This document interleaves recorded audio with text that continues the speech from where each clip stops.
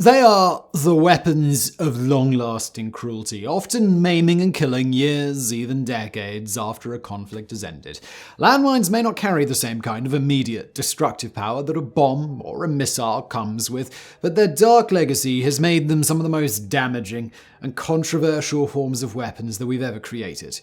Statistics surrounding landmines are nothing short of horrendous and certainly paint a murky picture of what humans are capable of. There are an estimated 110 million landmines still active in the ground around the world today, with roughly the same number either waiting to be planted or destroyed. They kill or maim between 15 and 20,000 people every year, the majority of which are classed as non-combatants. Many of those killed or injured by landmines are children. And the last few decades have seen a huge surge in education around the world over the dangers of landmines and other unexploded ordnance. Yet, with armies and insurgency still laying mines around the world, it can be easy to feel like the battle against landmines is being lost. While numbers are always in flux, until fairly recently an estimated 100,000 mines were removed every year. A truly honourable attempt, no doubt, but with anywhere up to 2 million planted every year, the number lying in wait has been growing for years. Before we look at some of the earliest forms of landmines, let's start with what exactly mines are and what kind of variations exist. Landmines are explosive devices typically buried just below the surface or concealed on the surface that can be triggered in a variety of ways, either by pressure placed down on them from a foot or vehicle, or sometimes they can be tripwires and other booby-trap methods. The explosion itself is not only what you need to worry about, as shrapnel and metallic objects placed inside can be just as deadly. So, why do we put these awful devices in the ground? Well, simply, they're very good at what they do, either as a form of defense or as a way of channeling soldiers into a specific area. We'll talk a little later about demining, but even today, with our plethora of modern technology, landmine removal is an arduous process that can severely slow down even the strongest of land armies. Over the years, the most heavily mined areas have often been the border between nations at war, with the Egypt-Israel border and the South Korea-North Korea divide being the two places where you really don't want to be straying too far from the designated paths. Not that you can or would want to just amble leisurely around the DMZ that cuts across the Korean peninsula, but I think you get my point. Broadly speaking, there are two main categories of landmines, anti-tank and anti-personnel. Anti-tank landmines, as I'm sure you can gather, are principally designed to damage tanks or other vehicles. They are usually buried fairly deep and are often larger and require at least 100 kilograms of force to trigger them. Anti-personnel mines, on the other hand, are designed to kill or injure people and are usually much smaller and placed just below the surface, between 10 and 15 centimeters below, where even the faintest of footsteps can set them off. These kind of mines are rarely laid to target civilians specifically, with the majority having been placed during conflicts, either war between nations or involving insurgencies. And while the cost to military personnel during wars tends to be very high, it is often civilians living in the area that pay the highest price long after the fighting has ceased. We tend to think of landmines as a purely modern horror, but in one way or another, the story begins much further back. Modern landmines, of course, use explosives, but for thousands of years, people have experimented with various forms of victim-operated traps that sought to do exactly the same thing: kill whoever stood on them. The earliest forms of what we might loosely call landmines came from those all-conquering Romans who concealed wooden spikes in pits known as ilias. These pits were carefully concealed, and anybody unfortunate enough to stand on them would spend the final hours or minutes of their lives in unspeakable agony. The Romans took it up a notch with the caltrop, a weapon 12 to 15 centimeters across with 4 sharp spikes that a Roman soldier could throw into the path of an oncoming enemy. Whichever side the caltrop landed, it would have a vicious spike pointing straight up, and needless to say, if you ever stood on one, your 100-meter days would be well and truly behind you. The Chinese and Japanese later used similar weapons, and the Roman caltrop still forms the basis of the spike traps that are sometimes laid in front of cars to puncture their tires.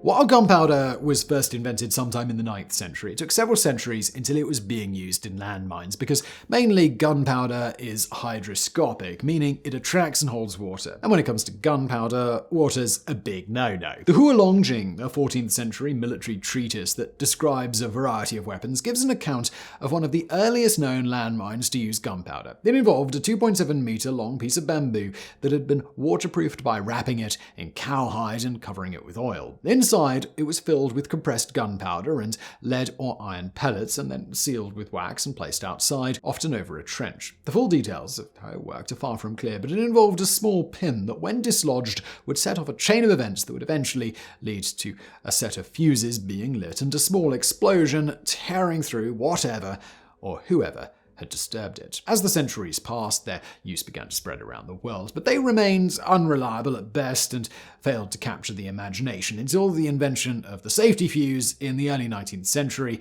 and later the percussion cap. These were used during the Russo-Turkish War of 1828 to 1829, the Crimean War between 1853 and 1856, and during the American Civil War, where, despite only killing a few hundred men, they represented a new type of war that greatly affected morale. Both sides were adamant over the cruelty that these landmines brought to the conflict, yet both used them fairly indiscriminately.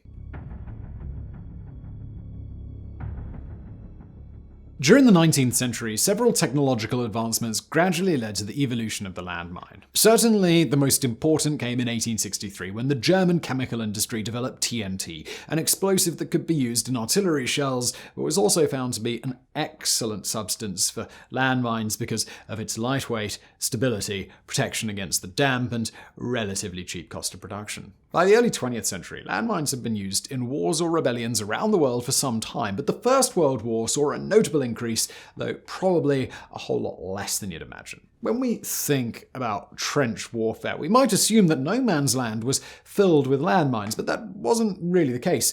Barbed wire and machine guns provided a much easier and more robust defense than sending some poor souls out to lay landmines. When Britain began experimenting with tanks from 1916 onwards, the Germans met this new form of warfare with improvised anti-tank mines, and quickly minefields became much more common than in the early years of the war. If World War I had been a slow but steady increase in the use of landmines, the second major conflict of the 20th century saw their use expand exponentially. It's generally thought that tens of millions of mines were being laid during World War II, particularly in North Africa and parts of Eastern Europe. Although an interesting fact here is the first nation to actually lay mines during the war was none other than Finland, who did so during their valiant attempt at holding back the Red Army during the Winter War. The Soviets learned a painful lesson, but one which they took plenty from. When the Germans invaded the USSR, Soviet defenders laid a simply staggering number of mines to slow the German advance. It's thought that around 67 million mines were manufactured in the Soviet Union during the war, and 1 million of them were reportedly laid around the city of Kursk in 8 belts of gradually increasing diameter. Like just about every area of military hardware, the Cold War saw a huge leap forward for landmine technology, and it was during this period that mines began to take on a far deadlier and more indiscriminate approach. The No. 7 Mark I Dingbat mine was the world's first scatterable mine, though having failed to find a suitable way of doing it mechanically, most were laid by hand. During the Korean War, the US developed a series of new mines, most notably the M24, a mine that was placed to the side of the road but was triggered by a tripwire that would then fire a rocket toward the road. There was the Claymore, a directional fragmentation mine that fires steel balls in a 60-degree arc at a lethal speed of 1,200 meters per second, and a pressure-operated mine, the M14, known as the toe popper, and I think you can probably guess why. The 1950s saw the introduction of wide-area anti-personnel mines, WAAPMs, that could be dropped by an aircraft and would then discharge tripwires when they hit the ground, with each dispenser holding anywhere up to 540 separate mines. The largest of these was known as a gravel mine, and around 37 million of them were produced between 1968 and 1969, many of which were pushed out over Vietnam with little to no regard for what was below. The second half of the 20th century saw the production and laying of landmines reach unimaginable levels. Civil wars and independence movements across Africa saw landmines installed in many countries across the continent, with Angola, Sudan, and Somalia leading the way in terms of numbers. In South America, Colombia's multi-decade battle with FARC and later the drug cartels led to hundreds of thousands of mines laid in the country and neighboring nations. Iraq has now become one of the most heavily mined countries on earth following the Iraq-Iran war, 2 Gulf Wars, and the ISIS insurgency. But there are numerous contenders to this awful crown. Egypt is generally considered to be the most heavily mined country on the planet, with a staggering 23 million mines, most of which were laid in the east of the country near the border with Israel. Afghanistan, Cambodia, Iran, Rwanda, and Bosnia-Herzegovina have horrifically high numbers of landmines, but the painful truth is that there are thought to be 78 countries in the world today still contaminated with mines of some kind.